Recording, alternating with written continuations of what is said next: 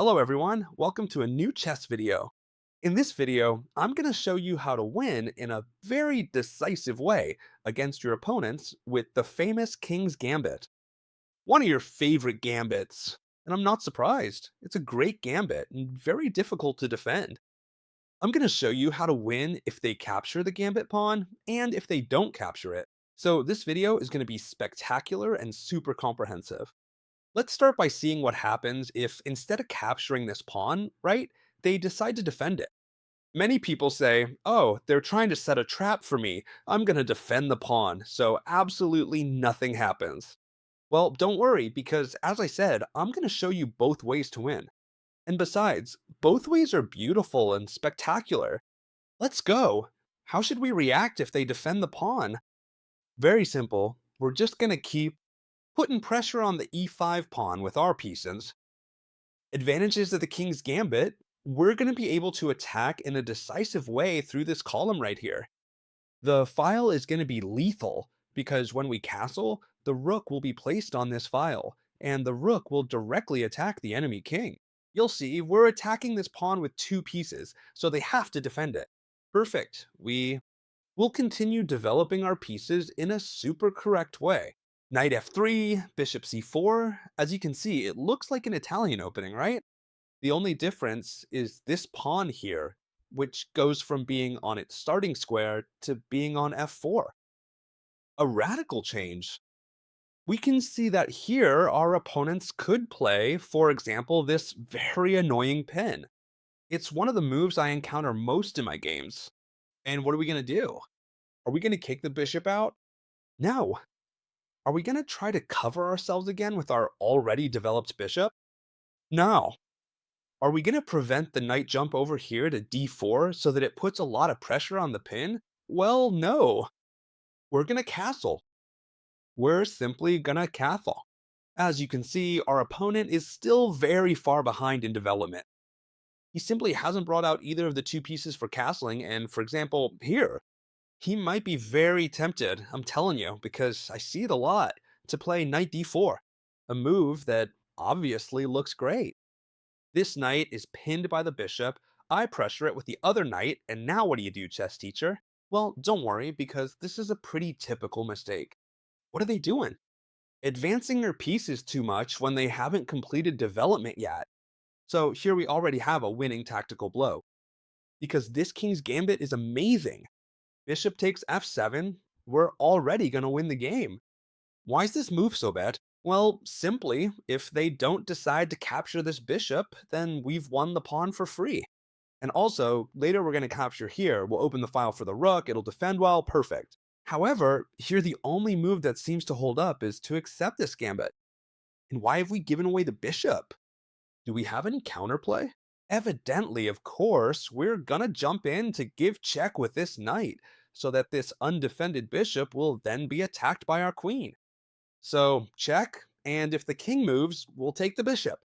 But here, friends, I'm gonna tell you something that's happened to me in quite a few games, especially online. Many people think, well, if I'm gonna take your queen and you're checking me, I'll give you the queen for the knight, right? And then when you capture it, well, I'll capture yours. However, when we capture their queen, we are giving a check to the king. And here, they have to resign immediately. We're giving check to the king, they have to move away, and then we capture their bishop. So we win the queen, and we also win the bishop. That's why, evidently, here, after this check with the knight, the tactical idea of queen for knight doesn't work. They absolutely have to move the king. And how are we going to continue? Well, logically, we're going to capture this bishop. Recount, we have an extra pawn, the pawn we won on f7. But not only that, our opponent has lost the right to castle, which is huge because their king is in the center and will be for the whole game. And the most important thing of all is that now we're going to win quite convincingly. Something common our opponents think is, well, I've lost the pawn, but I'll get it back here. And not only that, but I win your rook. Don't worry, whatever they do, we're much better off. But I'm going to show you how to win this because it's very simple.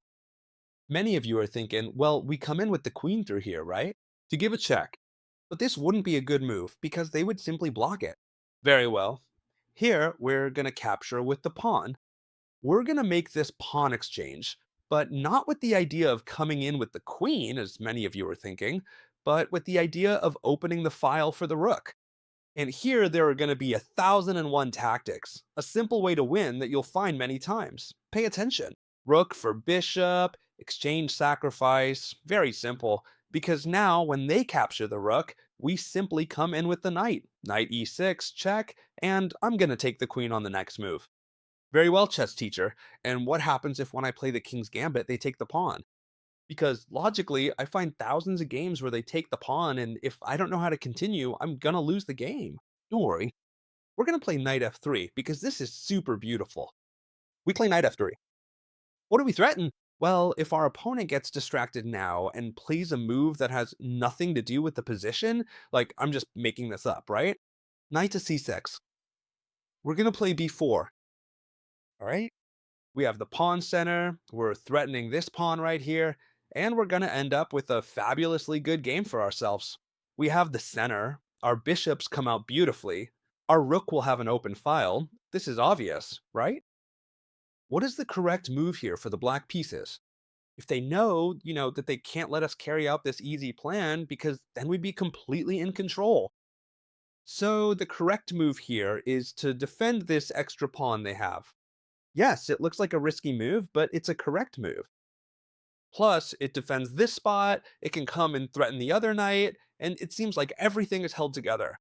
So, chess teacher, if they don't play this move here, I know I play d4 and I'm doing great, but how do I do it? If they play the good move, since nowadays many people already know what the good moves are, well then, pay attention, okay? h4. We're gonna come and destroy our opponent's pawn structure. And you're gonna love this, because watch how it continues. First of all, can they defend this pawn? Well, if they try to defend it with this pawn, they've lost on the spot, because after the exchanges, this rook is left undefended, and we'd simply capture it. That's why this pawn cannot be defended with a 6. Right, got it? It can't be defended with c6 either, and now I'll explain why. Before that, I want to explain what the correct move for black is, because here black only has one single correct move. The thing is, it's a tricky one to figure out. The correct move is this pawn advance attacking our knight. If they play the correct one, what should you do? You should jump here with the knight attacking this pawn they just advanced, and besides, we have a fabulous position.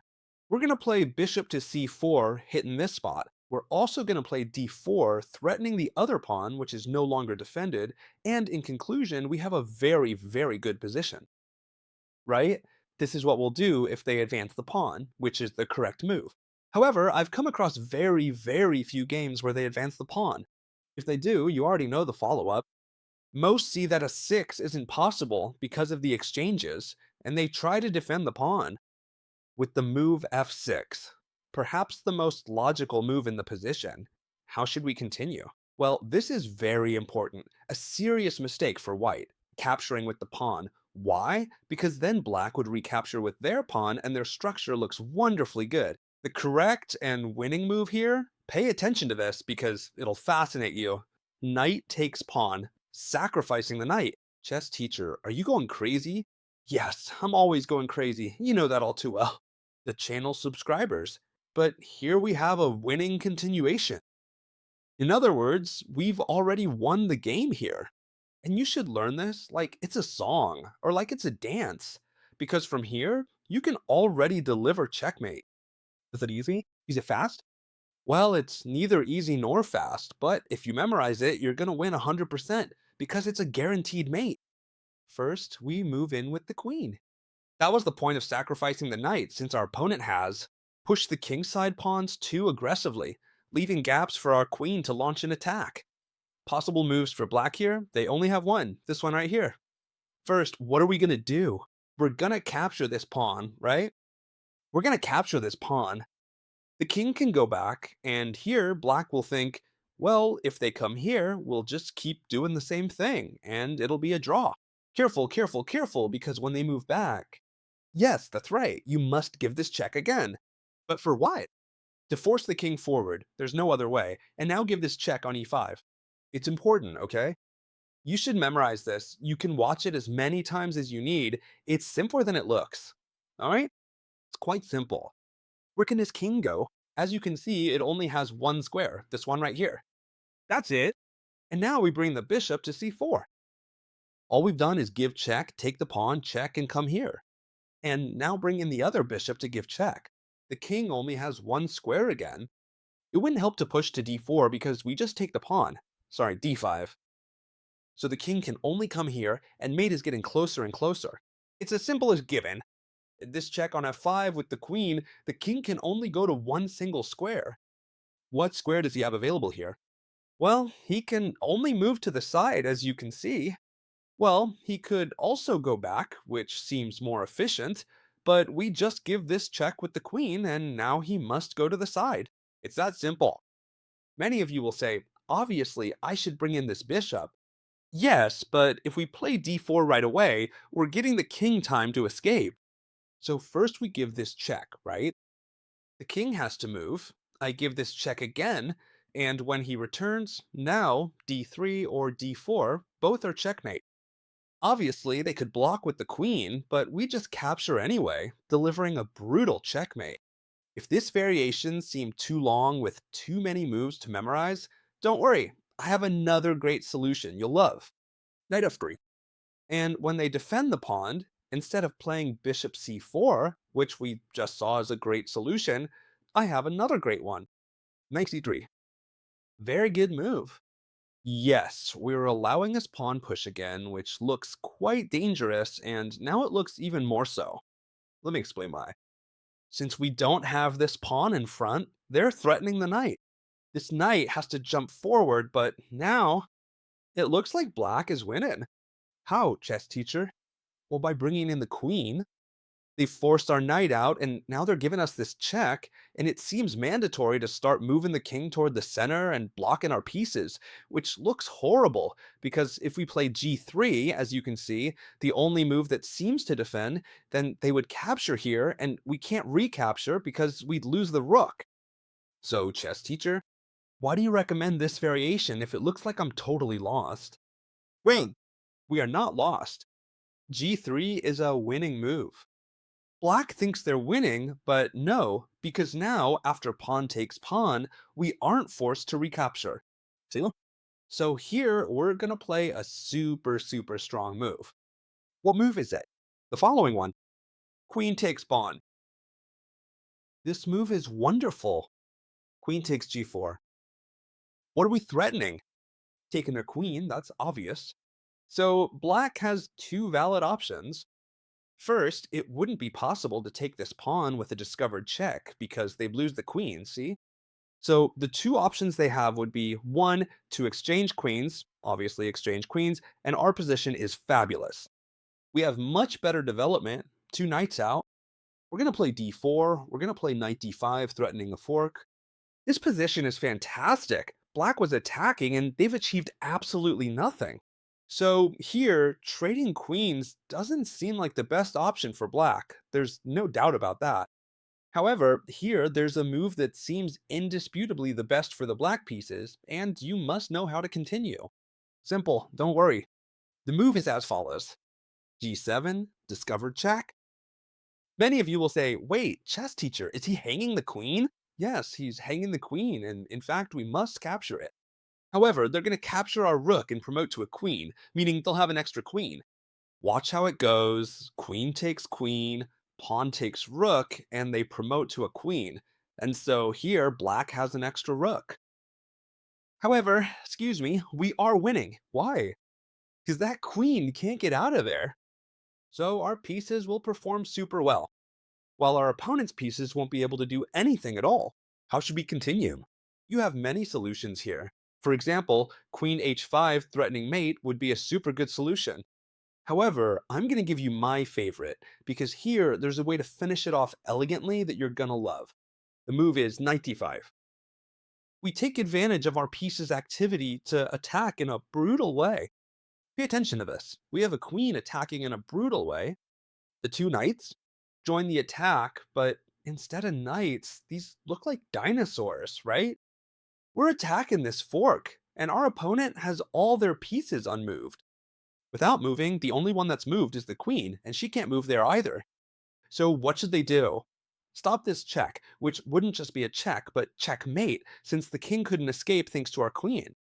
So the only move that stops it is knight to a6. But we can keep attacking, and in fact, we have a pretty brutal move here to keep doing just that.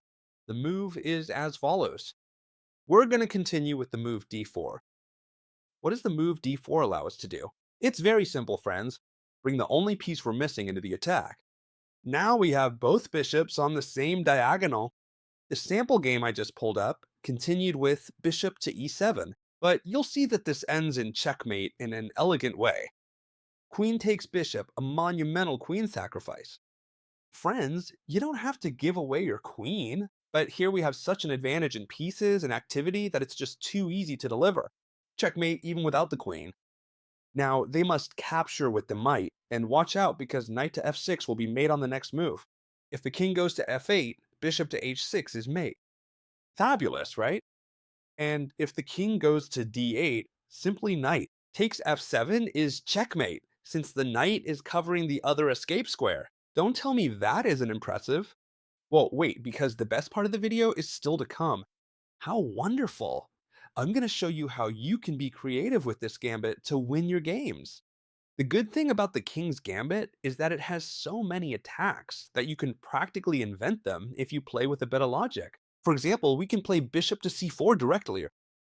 The idea of playing knight to f3 in our other variations was precisely to prevent the queen from entering through these very weak squares on the king's side, right? Because this knight acts as a perfect defender. However, chess teacher, what happens if we allow, for example, with bishop to c4 first, for the queen to come in here? To give us this check, well, don't worry, because here, even though it looks like a very good move, in fact, it really does look like it, we have an extremely strong move, which is king to f1. Let me explain. g3 is terrible. Why? Because they capture us and we can't recapture because we lose the rook, right? So king to f1. Chess teacher, don't give me that nonsense. We just move the king on our fourth move. Our opponent is attacking. They're threatening checkmate over here. I have serious problems. Calm down, friends. Calm down. The king is on f8, but we can be creative. I'll show you. For example, d4. Where were you going so fast with that bishop? Now, this bishop has to move. For example, knight to f3. Where were you going with that queen? Now, this queen must move. And as you can see, if she retreats, simply, I'll give you the example, we capture here, and our pieces are, well, dancing in a club. That's how happy they are. The only way the black pieces have here to try and sustain their attack and their position is to keep defending this pawn. However, right here, we have a winning tactical blow. It's a tactical blow that, if we're creative, will quickly come to mind. Bishop takes f7, a sacrifice you should always keep in mind when playing the King's Gambit. It's obvious you can't take this bishop, because knight to e5 check would follow, and we'd take the queen. Well, our opponent will see that the sacrifice can't be taken. It's obvious, right? And they'll play, for example, king to f8. Alright, they play king to f8, and then they'll think, well, all that happened is they got back the extra pawn. No big deal. Don't worry, because we're going to take advantage of this precarious queen. For example, h3. And the queen is starting to run out of squares. Wherever she moves, friends, she only has one single square available. And that square is g3. There's no other way. And then we're going to manage to win this queen in a decisive way. Watch out, because now they're threatening to take our bishop. See it? Why? Because now, if they take the bishop, we no longer have the fork. But we don't care about that at all, because we're going for the queen. Knight to c3. And when they take the bishop, we'll play knight to d2, attacking the queen, attacking this pawn with two pieces. Available squares for the green? She only has one. Friends, what is that square? g6. But now what happens? Our friends, the knights who turn into dinosaurs, knight to e5 check, and now we're going to gobble up the queen. As you can see, the King's Gambit is spectacular. If we're creative, we're going to win many more games. If you like these kinds of videos, give me a big thumbs up. If we reach, listen up friends, a challenge, If we reach 400 likes, I'll upload another spectacular way to win with another opening I've already planned. So the challenge for you is to reach 400 likes. If you liked this video and want to see many more, subscribe to the channel because you get a new video here every day. See you, as always, tomorrow, friends, in another video. Bye.